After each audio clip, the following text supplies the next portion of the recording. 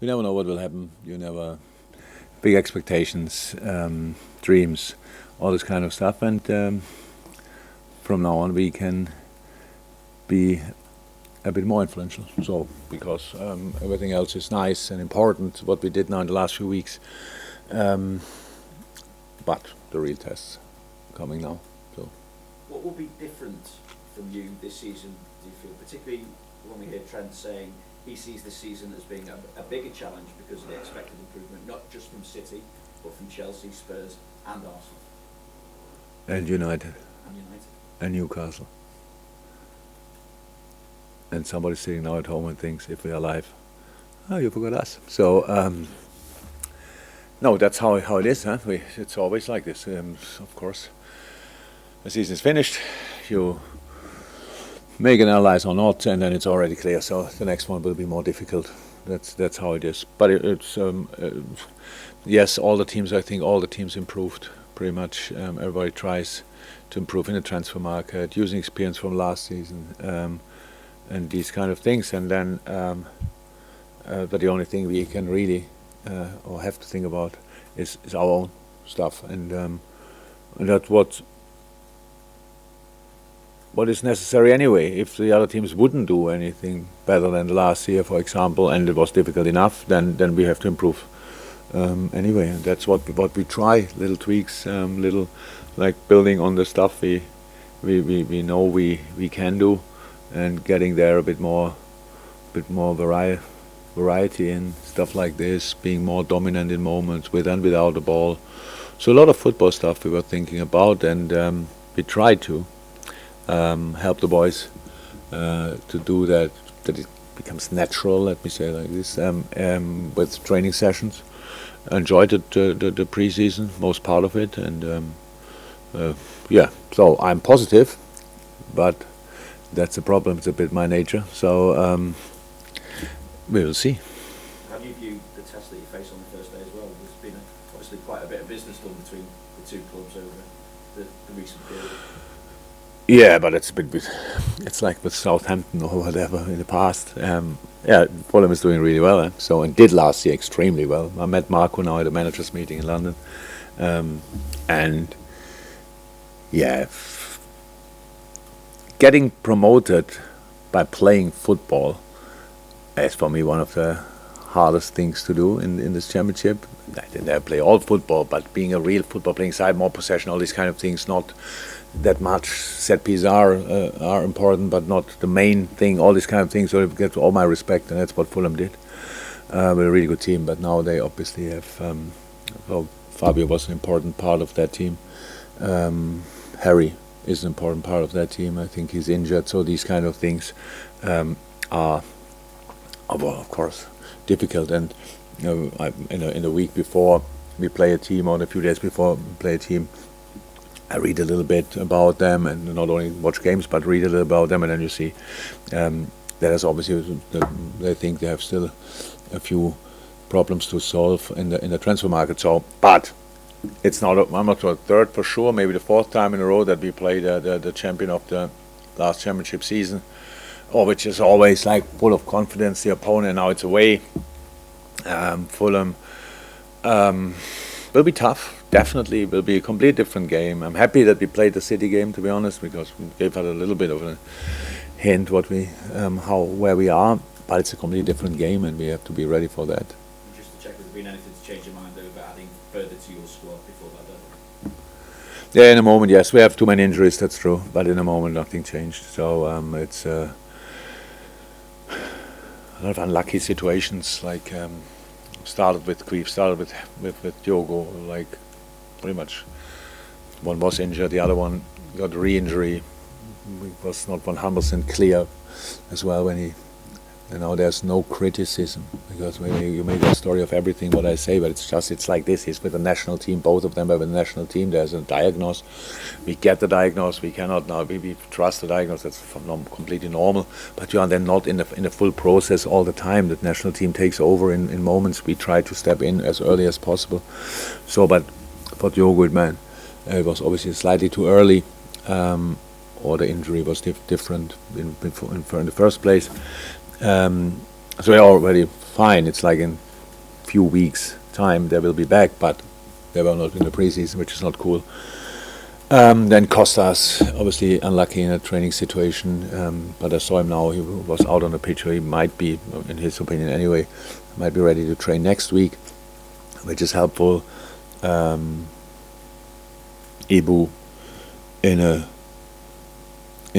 a challenge in the game against Strasbourg. What happened there? We have to see how long it will take. But he's out for a while, so these kind of things. It's and I forgot now 100%. Oxley, of course, and these kind of things. So that's not cool. But we cannot solve the problem that we have for 4 weeks with a transfer for a full year. That makes now, in a moment at least, no sense for us. But the transfer window is open, so we will see. But the plans don't go in that direction. Can I just complete the Yes. well, hopefully fit players? Allison? Fine. He's okay. Curtis, do we know, is there any updates on how Curtis is? I know he's still got boots on. Yeah. So we hope with Curtis we caught the right moment. That's just how it is with young players. They have some kind of stress reactions in sometimes, and when they go over it because it's not massive pain, but it could lead to something serious. We caught it early, but still have to be careful now. And that's it with him. He's not in. And Naby still? Naby's ill. No, but I think he will be back today, the first day. So I underestimated that a little bit. So as I said, he will definitely be fine. But he came yesterday in, and it's still some little symptoms. No COVID, but it's not right. And I guess that he will be back today. But that is not his. Keeving as well. Sorry. You touched on Keeving Kelleher. Yeah. How is he? Is he? Oh, he's still a few weeks away.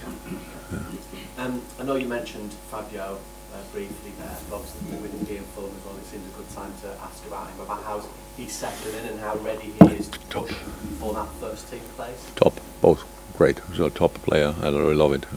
Massive talent. Really good kid, and really happy to have him. So very important for us because we count on this age group as well. We don't wait now say until they are 22, 23 or whatever, and then we use them. No.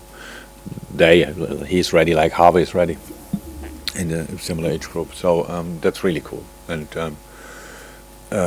we all need luck in life as well, like with injury and stuff like this. But without that, he will be a really important player for us. Thank you. Carl, you mentioned it. I was going to ask you about Jurgen signing his contract. How important is that for him to sign a contract, and how excited are you to have him back in your squad as well? I don't have him back in my squad, but I will be then very excited when I have him back. Also, I had breakfast with him this morning, so sometimes it must be enough. Top.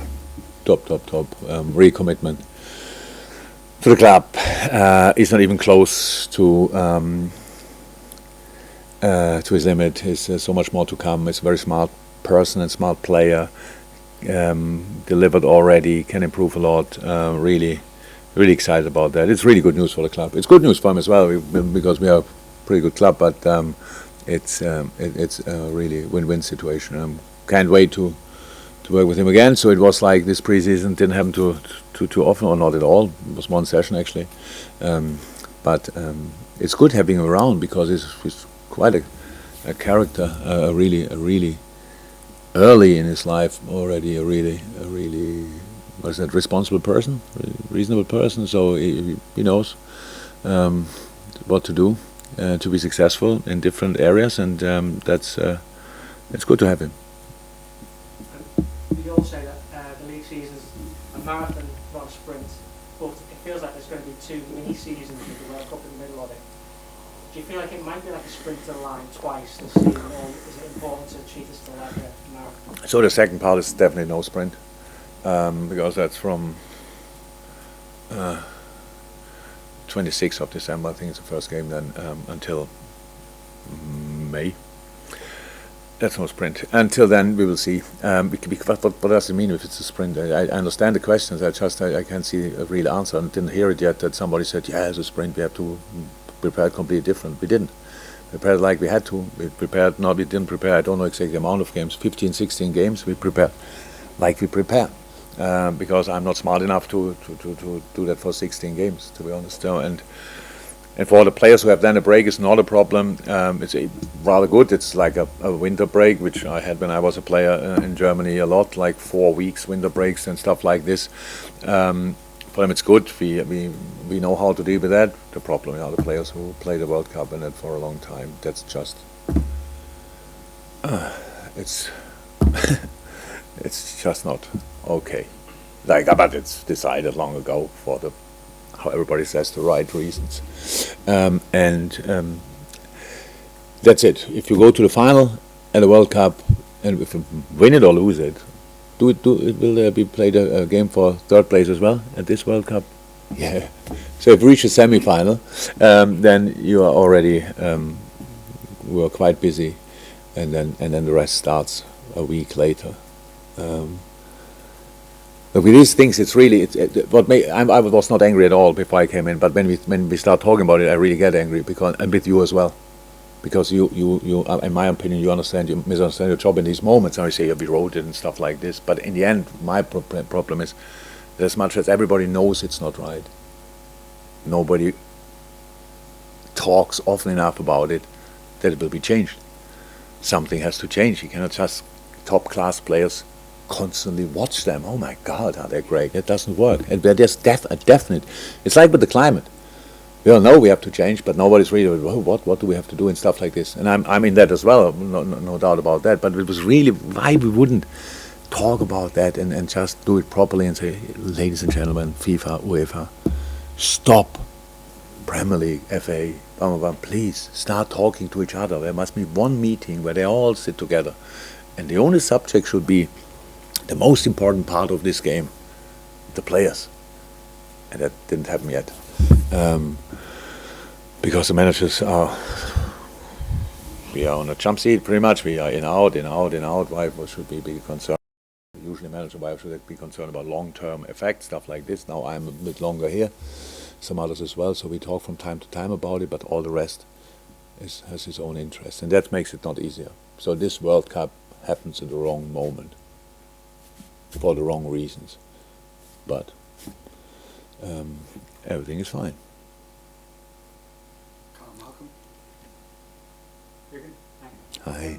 Just wondering what you think the plan is for Darwin Núñez in terms of, is he now ready to start a Premier League game, or is he, like Chris Luis Diaz came in January and almost made an immediate impact?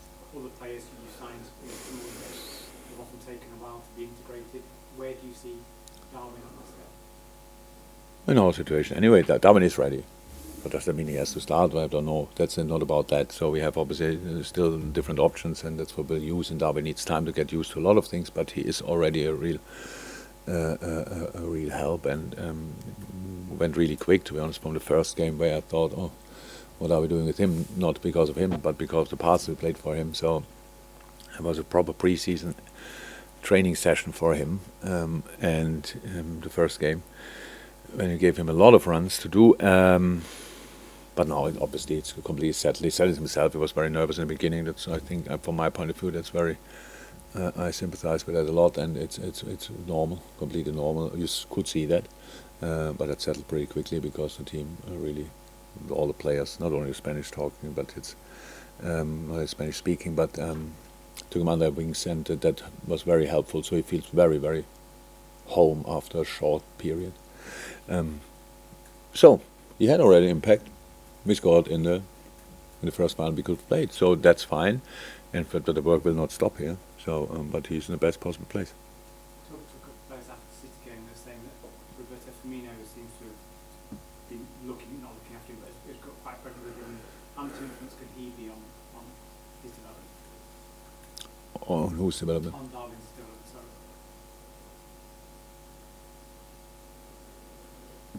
Can Núñez? What can Núñez learn from Firmino? They're completely different players. They like each other. They talk a lot to each other, but different players. What do you mean? Dealing with situations? I don't understand this, to be honest. So like, one player teaches another player what. So it's about they're both from South America, like each other a lot. Both are offensive players, can play different positions. What can you learn? Bobby 6, 7. Before I arrived, people probably thought Bobby is not the player he was since then. So don't know if that would help. Now I don't even know if Bobby can remember that. Hopefully not. Apart from that, Bobby is an exceptional player. Has his absolute own way of playing football. Imagine how Bobby would try to play like Darwin or the other way around. So a bit strange. It's not necessary. No, as a person, yes, definitely like they all do. But as a player, I'm not sure. Anything else for the open section, James? Yeah, let's check. Will Canarte's injury have any influence on what happens with Matt Phillips? Will he now keep him around as a couple? Yeah, probably.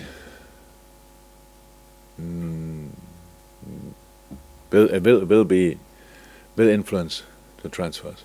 Yeah, outgoing transfers, I would say. Well done. Move on to the embargo section, just to reiterate everything that's